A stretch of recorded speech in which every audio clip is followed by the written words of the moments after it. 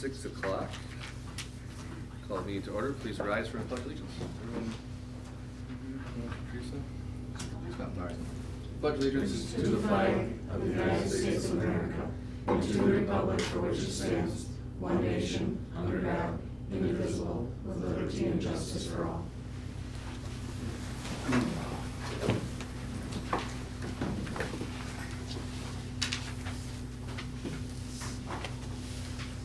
All right, so we'll start with roll call, please. Whenever you're ready. Anne Marie Anderson here, Courtney Kneifel here, Eric Ryan. Here. Jill Geske here, Brock Wright. Here. Joe Sanfilippo, Here. Deb Burnett, Brad Saransky, Here. Ashley Goodman Mason here, John Goodman, Here. Megan Johnston, Emily Sorensen. All right, public notice of this meeting is in compliance with Wisconsin statutes, chapter 1984, is posted at the elementary, middle, and high schools, as well as the post office and Union Bank. At this point, we're looking for an approval agenda, please. Move that motion. I'll second it. Courtney and Jill. Roll call vote whenever you're ready, please. Kneifel, Yes. Ryan, Yes. Wright, Yes. Anderson, yes, Geske. Yes. All right, next meeting dates, February 20th, March 20th, April 17th, and then September 25th is the annual meeting. All those are at 6 p.m. If anyone has any issues with those, please let Teresa or I know. All right, on to student highlights. Do we have anything this evening? We do. We have All right. a few of our senior capstone participants. So we finished up, we had 4 different sessions, and every year I probably say the same thing. This is like the best tips of projects we've seen. Maybe I forget how good they were, but really some impressive work done by all of our students across the board. Just a little background on this. Basically, the project is either a passion of theirs or potentially a career exploration, where they spend roughly 60 hours of time working on that, developing a project. Some of them are physical, it may be a video, it may be something along those lines. The big things that we're looking for is some new learning, and then probably some things that are outside their comfort zone. So when they present, they talk about some of those things to a panel of some community members, an administrator, and a staff member. So today we have Laura Topper and Michaela Winrich, and we're going to talk a little bit about their project and share their thoughts. So I wrote a poetry book composed of 103 poems. It's a variety of topics, mostly about heartbreak, growing up, kind of mental illness in there too. It was basically just whatever came to my mind I wrote down and then composed it into a poem. And then it's pretty much the entire year of a 17-year-old with struggles in multiple different areas of life, as well as a lot of successful parts as well. It also has original artwork as well, and I'm really proud of it. It was definitely out of my comfort zone. I plan to use the original poetry in my forensics this year, so I'm excited about that. But I am really proud of it, because now I can say that I wrote a book, and it's my little love. I made a music box, and I also made the music that goes along with it. The reason I came up with this idea was I wanted to do something that went along with music, because I was thinking about becoming a music teacher. So I was like, okay, I wanted to do something outside of my comfort zone, so I was like, okay, I'll make a box. And then I was like, well, you have to have music for the box, and I didn't want to use something that was already pre-made. So I just sort of punched out these things on paper, my entire song on it, and basically you just put it into here.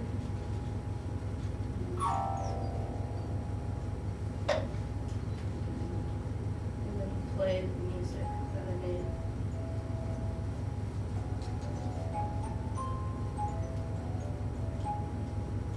It's really cool.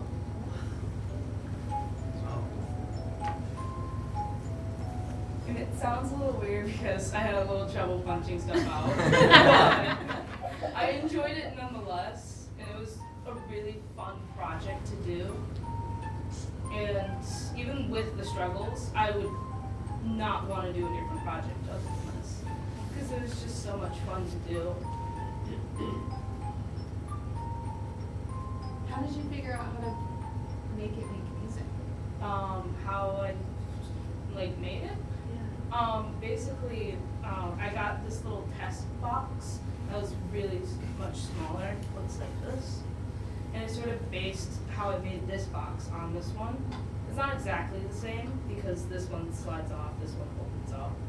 But I wanted to try and build something like a box because I've never done it before. And I was like, all right, I'm just gonna glue these sides together and try and figure it out. But honestly, it was much harder than I thought it would be. Well, and then she composed all the music for the song too. Yeah, So- that's what I mean, how do you do that? How did you punch those? It amazes me that that piece of paper's making music. So basically, like, I would punch out every single note that's on it, and then it goes through like this little mechanism inside that has little tuning keys over here.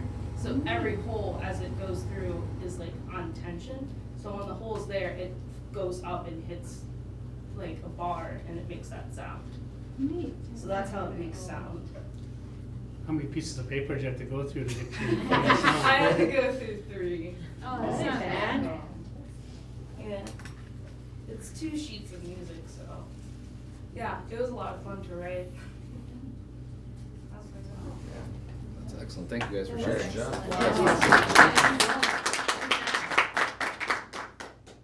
Do you want to read us one of your poems? Sure. How many, you said you wrote 117? 103. 103. Yeah, so they're, I'll read you a happy one. If I can find it.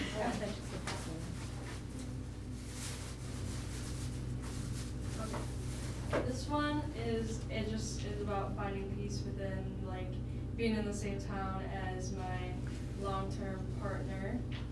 And it goes like, I find peace in knowing that when trains pass through, you hear them too, and that you sleep under the same moon as I do. Aw. That's so That's sweet. right. Yeah, that's great. Yes. And she's got it published and. It's not fully published yet. This is like a prototype book. Publishing books is actually way more expensive than I thought it would be. So eventually I'll probably publish it, as well as add more poems and continue to edit it, try make it into something bigger. But I just really like poetry, and sometimes writing poetry is like really easy and comes very quickly, and other times it's just like sitting there and nothing comes to mind. So. Wow. Awesome. Yes, thank Good you guys. job. Nice job, ladies, for Thank you. for coming in. Could I jump in real quick while we got the 2 ladies there? I think one of the things that really resonated as I sit here just listening is, first of all, Laura, when you said, I'm really proud of it. I'm really proud of the work. I thought that was really cool. Mikhail, just the pride that you showed in the music as it came through. This is exactly why we do this stuff. This is exactly why. Try something out of your comfort zone. Try something that, and you said it was hard, right? It was hard. And just try something that was difficult, and give yourself a chance at it. And I'm so proud of both of you. It was really cool. So congratulations to both of you, and it's exactly why we do the project. So that's two great examples. Thank you. Thank you. Thank you guys. Coming in. Thank you.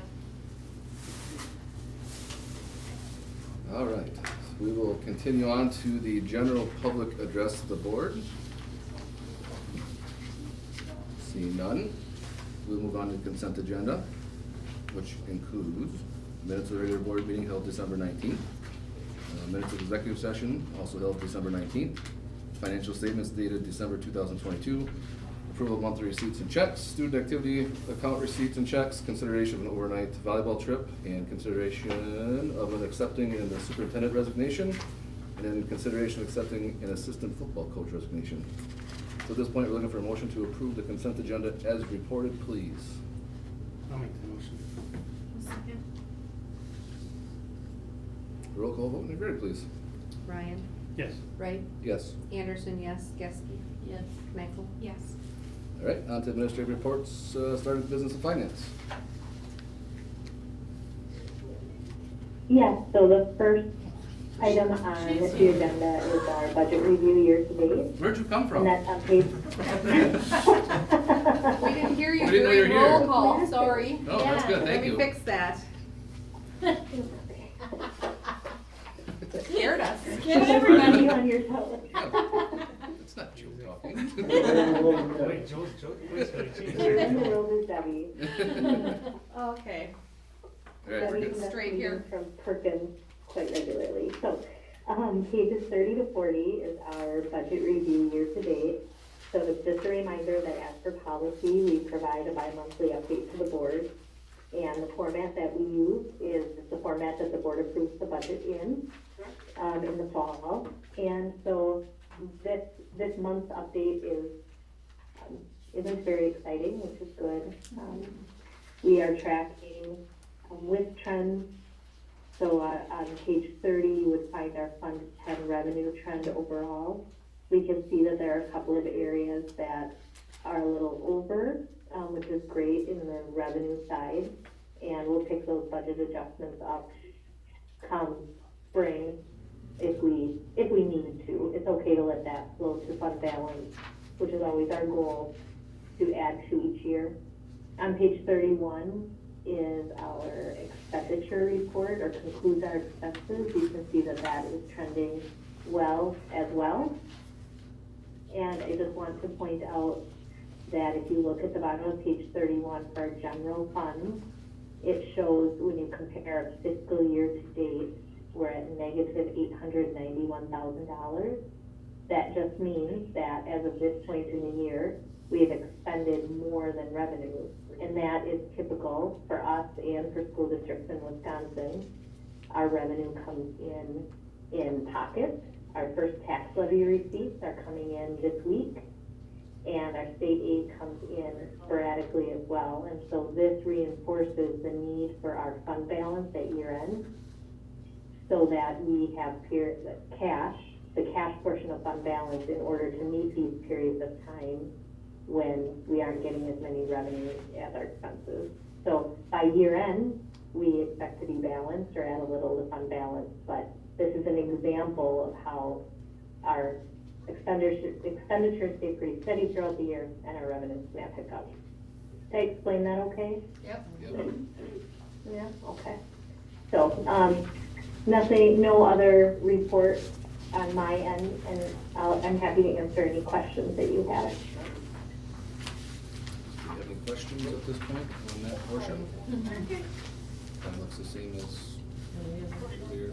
Okay, all right, no questions, Debbie, so we're gonna move on to the preliminary 2023-24 budget. Yeah, so I have just a few slides for you tonight regarding our FTE and head count, which according to our budget calendar is what falls into January. And the reason why this is important is because our head count is important for our staffing and our curriculum and technology, as we talked a little bit about last month. And then our FTE is important for our funding level. So some of this is going to be repeat from last month. It's good to relearn. And a couple of new talking points as we prepare for our open enrollment conversation. So I'm just going to share my screen quick. Oh, I'm not allowed to. Joe, can you make it, give me permission to share, please?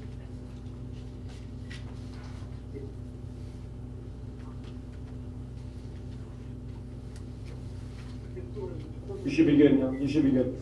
Okay. Got it.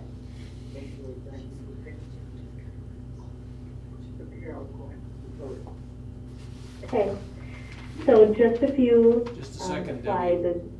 Oh, I just gotta move you. I gotta move you to the other screen. thank goodness we have an IT expert here, John. Uh-huh. Use the expert language. You're all set.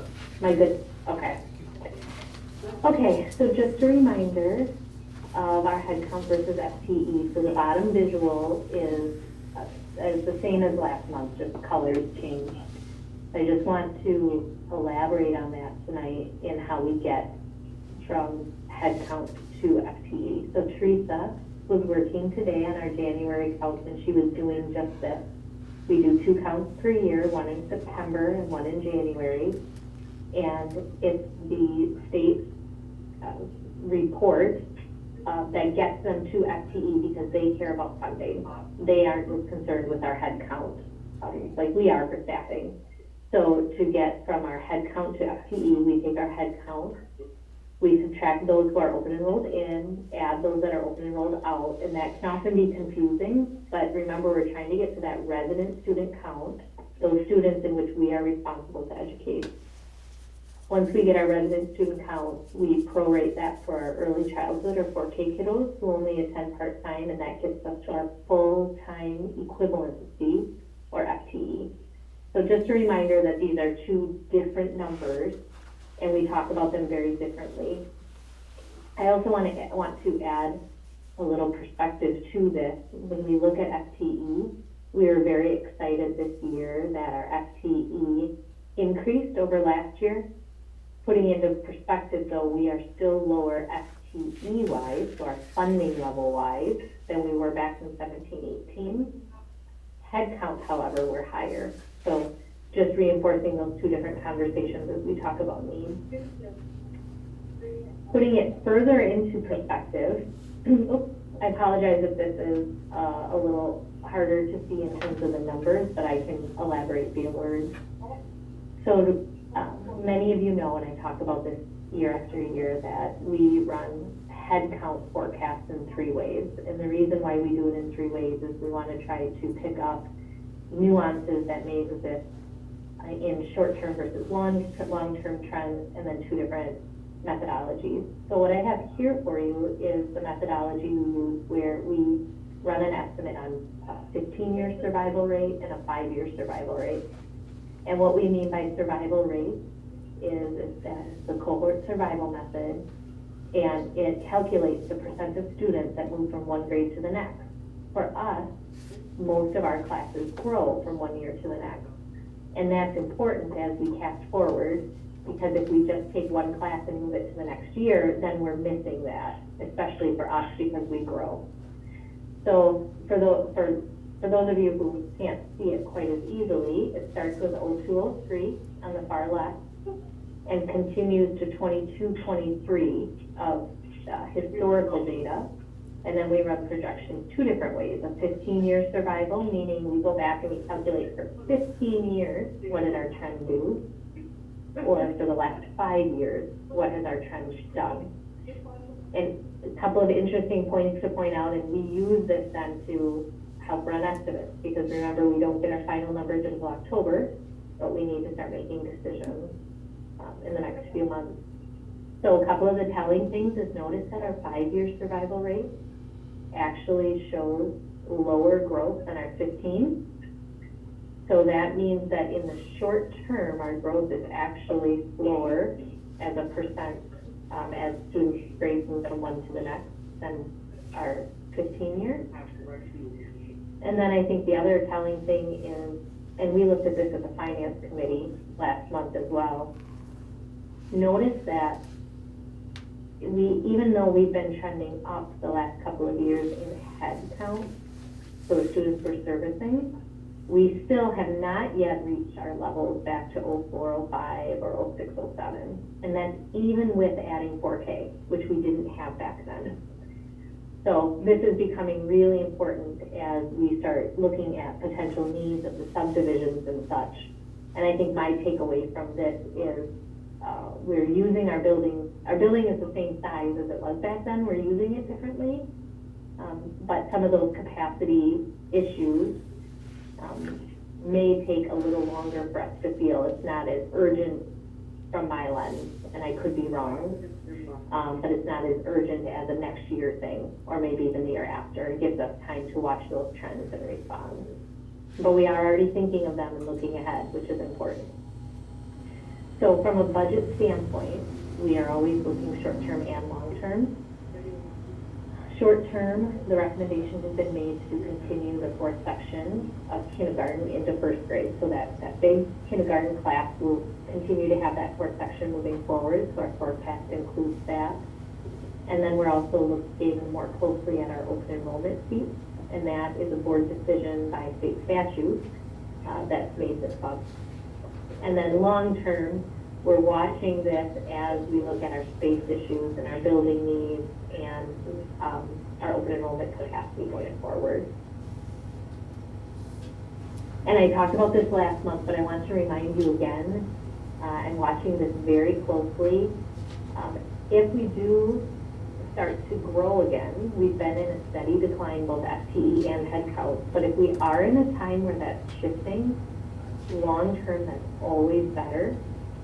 But short term, there might be some growing pains. And I talked about this last month, and I wanted to reinforce it again, because there's a $200,000 difference in revenue with just a few kiddos, FTE, and this count, we use a lot of different counts in school finance world. This count is the average of our January and September plus all of summer school. So we're continuing to watch that, and I'm positioned to be a little strategic with our counts this year in order to hopefully capitalize on that money next year. And so just running some analysis to make sure that it's good short-term and long-term, which is important. So as we factor that into the forecast, it really shows that because we're starting to stabilize, we're starting to work out of that short-term more kids equals less revenue, that trend we've been in. A shift may be happening, and overall long-term, that's really good. So the next step for us is next month we'll run some biennial budget assumptions in the model, and then I'll actually bring to you some updated forecasted figures. And I'm at state convention this week. I know, Courtney, you're on your way down. I think tomorrow maybe. Yeah. We start already. Are you, Courtney, is that right? Yeah, Tomorrow? I'll be there tomorrow night.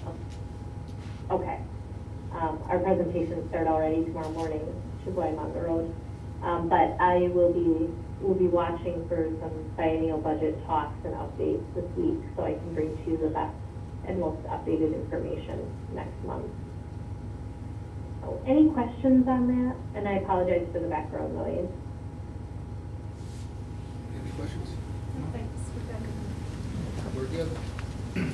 Thank you, Debbie. Mm-hmm. Switch your back, or do you want to leave them up there? It's up to you. It's your call. Do you want Joe up there? Do you want Joe up on the big screen, or just on here? Joe.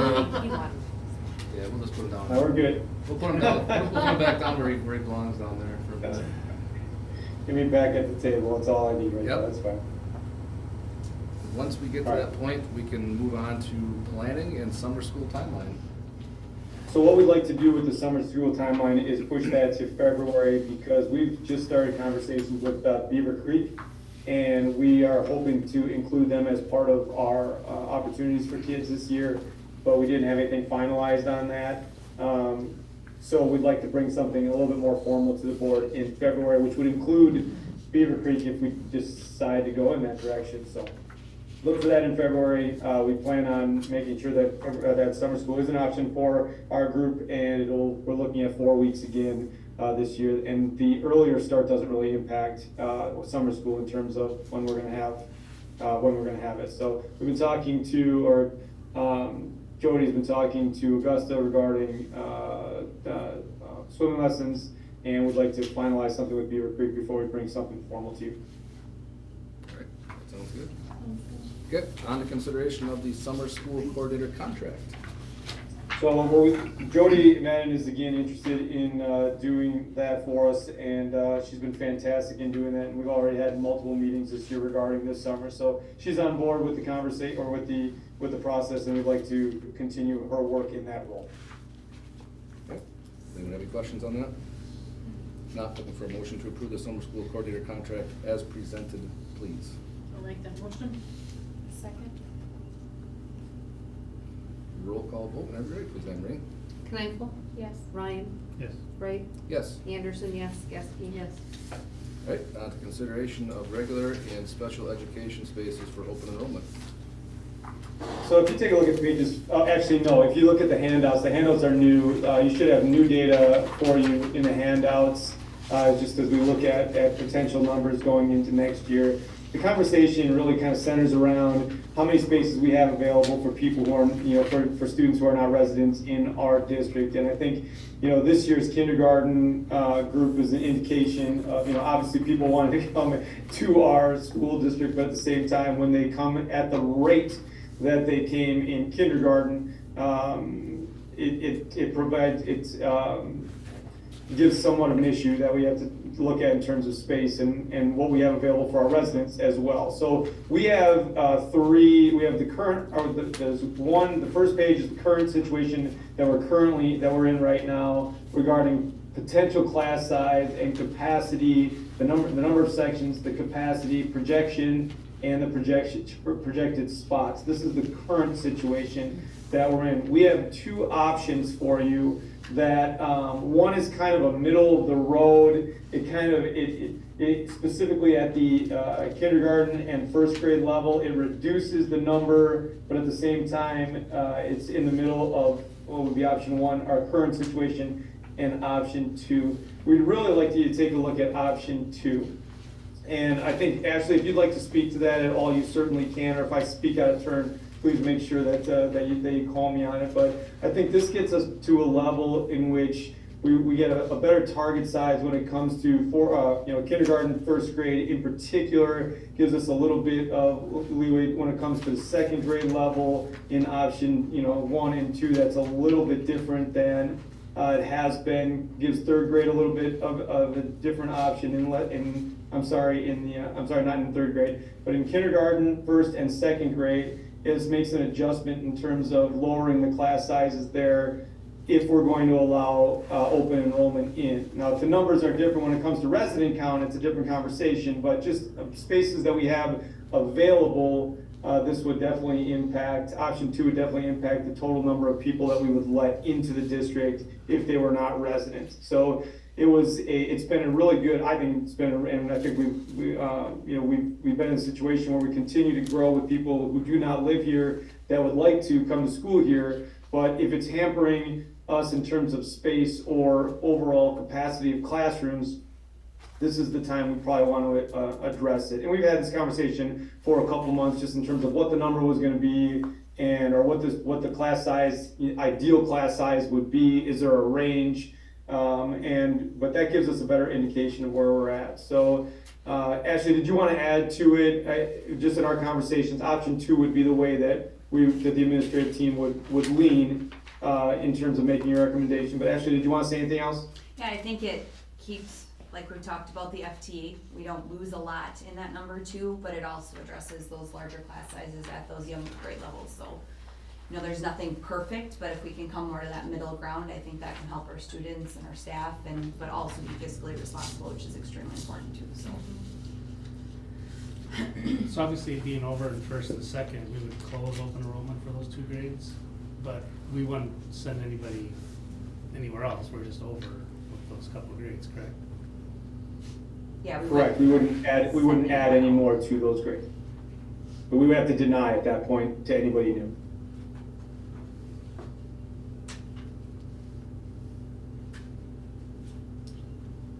And then the projected open spaces change based upon residents as well, so if like our residents increase, then those numbers go down. I know that makes sense, but I just want to double check.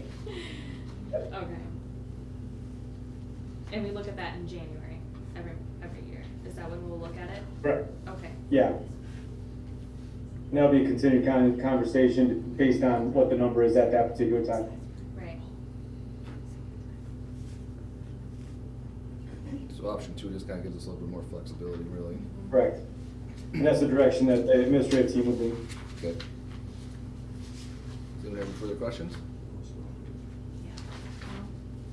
If not, looking for a motion to approve the regular and special education spaces for open enrollment. Option number 2, please. I'll make that motion. second. Roll call vote whenever you're ready, please, Anne Marie. Ryan, Yes. Wright, Yes. Anderson, yes, Geske. Yes. Knife, Yes. All right, to a discussion on future growth planning. Well, one of the things that, when we started talking about the referendum, and please understand, I'm not talking about going to referendum, but just as a reference point. When we started talking about the additional building needs, we put on the agenda updates in terms of facility need or whatever we're looking for. We did that over a number of months. And I think what we'd like to do is just kind of keep future planning, as part of the conversation publicly, just so we know kind of where we sit and what we're looking for moving forward, because we don't know when the boom is gonna hit, but as Debbie was saying, we feel like we're probably 2 years out from making any drastic changes to the building. And I think if we can continue to have the conversation about future planning on the agenda, and answer any questions that you would have, that anybody in the public would have, it might be worth a continued conversation. Right now, the administrative team, we've done two things at this point. We've had conversations about what we would need to do if we were to have to add a certain number of classrooms to the school. So if we needed to add 1 or 2 classrooms, we talked about where those options would be and then the timeline under which we would need to move forward with to make sure that those 2 classrooms could be added. We did the same thing with 3 to 4 classrooms. If we're talking about 3 to 4 classrooms, what are some options in terms of current situation that we have? How long would it take to get 3 to 4 classrooms up? And then we'll start taking a look at what the cost would be if we were able to do, if we needed to do that. With the third section that we take a look at administratively is, what if we need to add 5 to 8 classrooms? And once you get into 5 to 8 classrooms, 3 to 4 classrooms maybe, but once you get to 5 to 8 classrooms, we're talking about an addition to the building. That addition could, we think about multiple places for that addition where it could happen, and the timeline that would go under that scenario, which is beyond 12 months. So we look at it, we kind of backdated in terms of where we want to make sure that we're looking at that in particular. And then finally, if we need 9 or more classrooms, it's a serious conversation that would probably have to go to the voters at that point because of the funds that would be necessary to make sure that we could do that. But those are the conversations that we have on a very regular basis at this point to make sure that we're constantly thinking about what it could look like. The second thing that we've done is we had a conversation with an architecture firm. John and I had that conversation. We've had 2 conversations with them at this point, and they were willing to do a full-on facility study and provide more clarity when it comes to the number of classrooms, where we could utilize that classrooms, and the associated costs along with those additions based on a number of factors, time, where we're at right now, construction costs and everything that goes along with it. So we had a conversation with them, and they were asking if that's something that they wanted to do. My only hesitation with that was, signing the contract with them to do the facility study. There is a provision that would go into place if we were to build something that they would have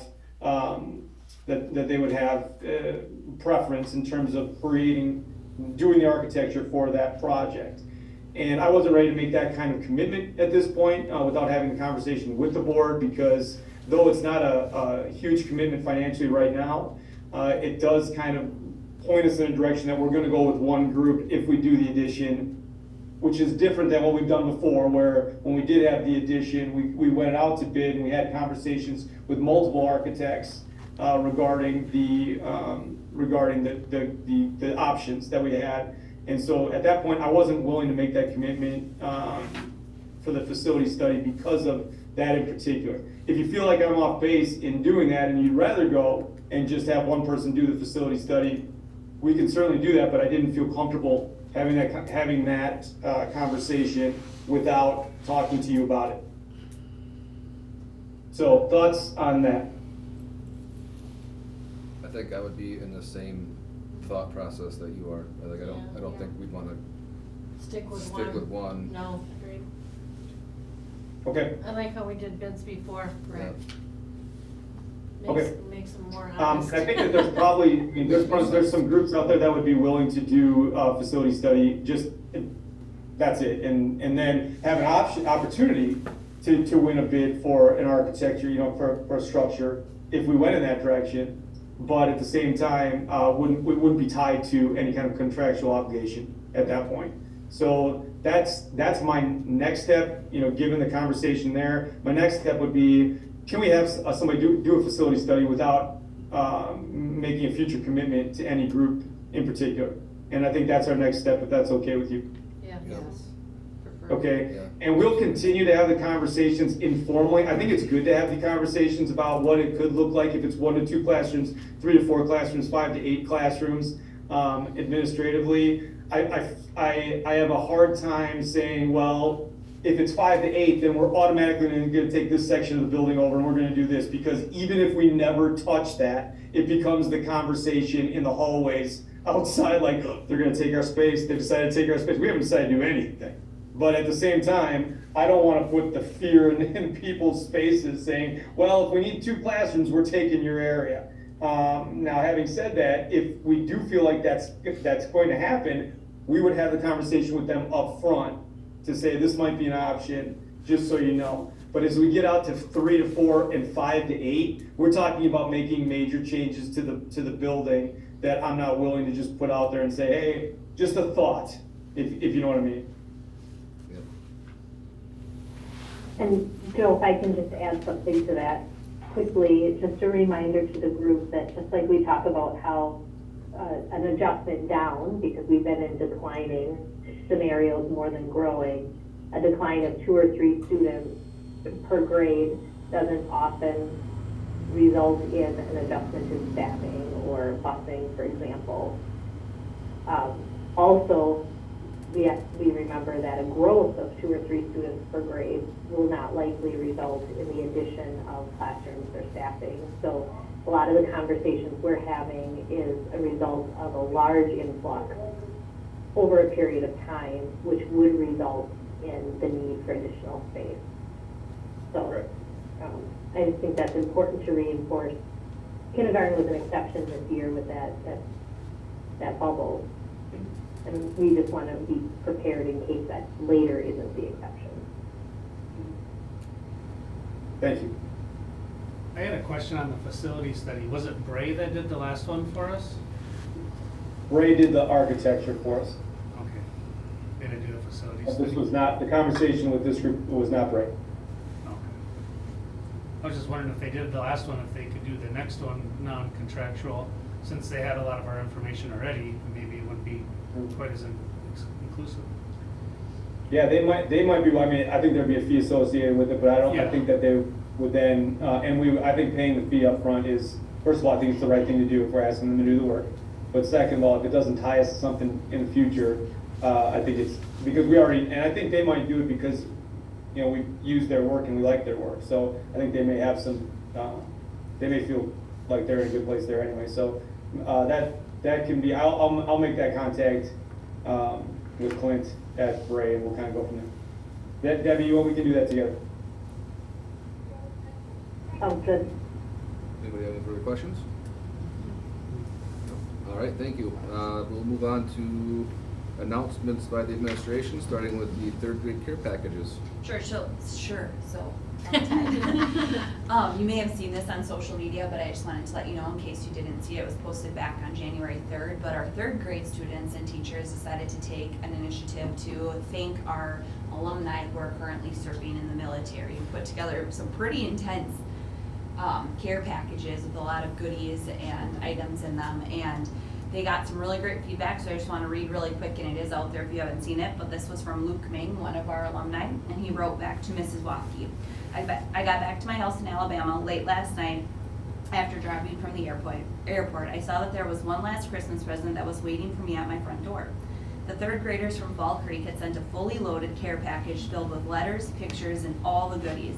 I couldn't be more thankful that they still do this tradition back home in Cricket Country in a little over. So, and we had Hawaii, Shayla McGinnis was her name. She's in Hawaii right now, and she reached out thanking for the package. And then a current or a recent graduate also wrote back just that school wasn't always easy for me, but the fact that your class took that time to thank me for what I'm doing now and having success in meant like the world to me. So just neat to see that our crickets are impacting and, you know, still thanking those who are from here and remembering what they do for our country. So check it out on Facebook.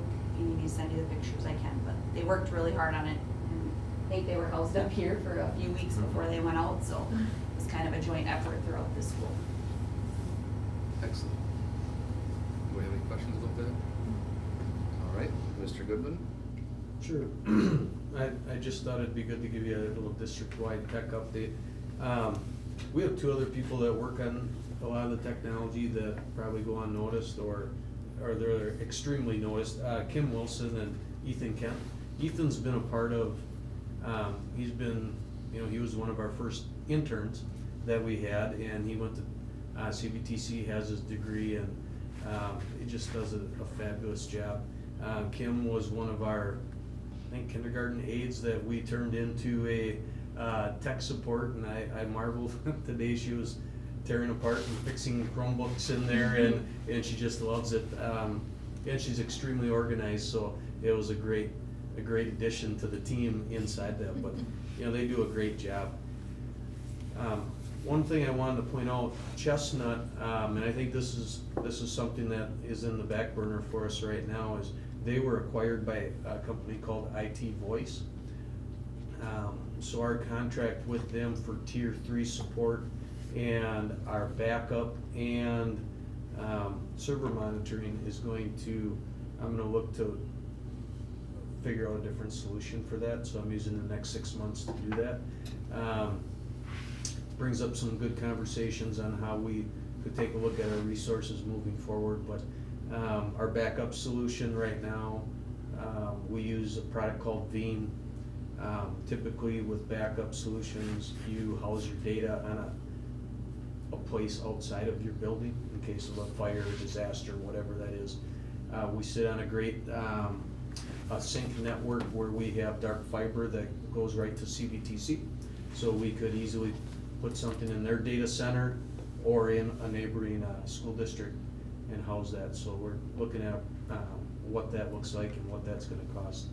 We're gonna be looking for Tier 3 support. Tier 3 support is people that I can't, and I can't quite figure it out. They cost a lot of money, and they're about $175 an hour just to talk to them, and they charge they're like lawyers, they charge you for every 6 minutes. So it's just how it works. So try not to call them very often. And then server monitoring, so just to monitor the servers.